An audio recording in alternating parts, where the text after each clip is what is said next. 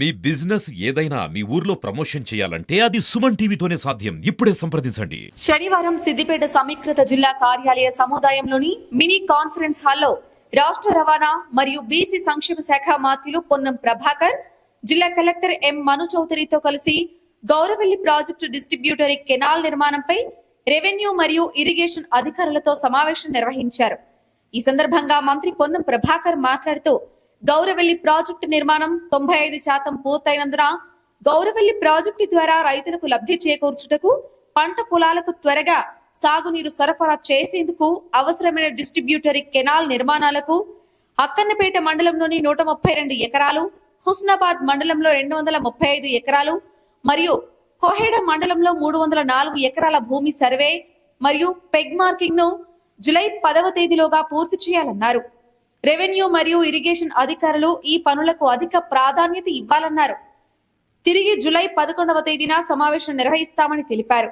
Gouravelli project 95% పూర్తయినందున మిగతా 5% పూర్తి కాకపోతే వర్షాకాలంలో డ్యాంకు ఇబ్బంది కలుగుతుందని, మిగతా 5% పూర్తి చేసేందుకు అనుమతి కోసం నేషనల్ గ్రీన్ ట్రిబ్యునల్ ను కోరాలని అధికారులకు సూచించారు. హుస్నాబాద్ నియోజకవర్గంలో ఇరిగేషన్ శాఖ కింద 500కు పైగా చెరువులు ఉన్నాయని, గౌరవెల్లి ప్రాజెక్టు రైట్ కెనాల్ 47 కిలోమీటర్లు మరియు లెఫ్ట్ మెయిన్ కెనాల్ 14 కిలోమీటర్ల ద్వారా హుస్నాబాద్ నియోజకవర్గంలోని చెరువులకు సాగునీరు సరఫరా చేసేందుకు అవసరమైన పనులను 3 కేటగిరీలుగా గుర్తించి పనులను చేపట్టాలని అన్నారు. మెయిన్ కెనాల్లో నీరు వస్తే రైతులకు నమ్మకం పెరిగి డిస్ట్రిబ్యూటరీ కెనాల్స్ త్వరగా నిర్మాణం అయ్యేందుకు సహకరిస్తారని అన్నారు.